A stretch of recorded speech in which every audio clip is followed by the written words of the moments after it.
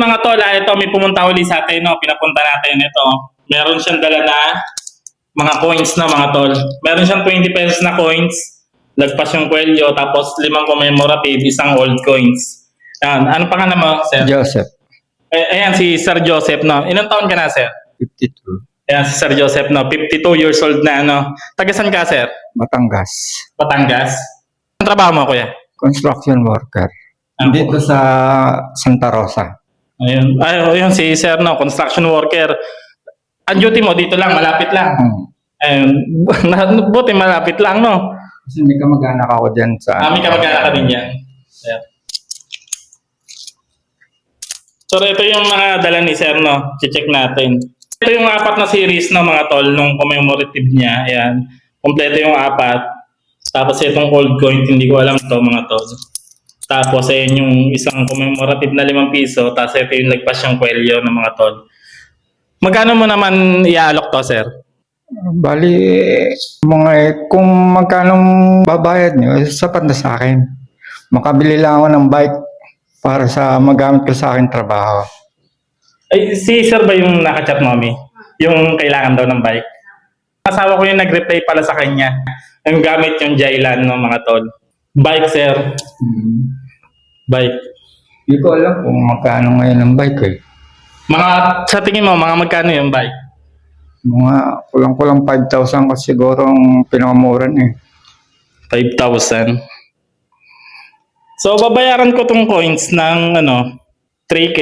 Tapos, yung 5K, bibigay ko na lang sa'yo pambiling bike. Ano, Sir? Okay. Sige po. Magpapasalamat po ako sa inyo kung yan po ang gusto niyo. So, yung mga tol, Bibili lang ako ng bike na panggamit ko, service. service sa trabaho. Araw-araw kasi ako, minsan naglalakad pag walang pamasahe. Ganun. So yung mga tol, babayaran natin tong coins, tapos bibigyan natin si Sir na pambiling bike ng mga tol. So akin na to, Sir, na. So gagawin na natin mga tol. Kasi 3, tapos 5 yun sa bike. Gagawin na natin 10 ng mga tol, 10,000. Para kung kulangin man na si Sir. So pagka nakabili ka ng bike, update mo ko, ha? Sige po. Ito, Sir. 1, 2, 3, 4, 5, 6, 7, 8, 8, 9, 10. Ayan, Sir. Ayan, Sir. Pagka update mo ako, Sir, ha? Sa bike. Sige po. Salamat po sa inyo. Maraming salamat po. Malaking bagay na ho ang tulong niya ho. So yung mga tol, yung binibili ko, ulitin ko yung mga commemoratives, walang value yun, at saka yung 20 pesos. Huwag kayong magbebenta sa ibang kolektor para hindi sila magalit.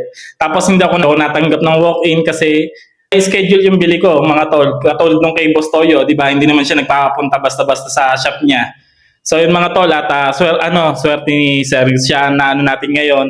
Yun lang mga tol, at huwag niyong kalimutan mag-follow dito sa aking Facebook page. I-like and share ang video na to kasi hindi nasasayang yung like and share nyo mga tol, no? Nakikita nyo naman. So yun lang mga tol.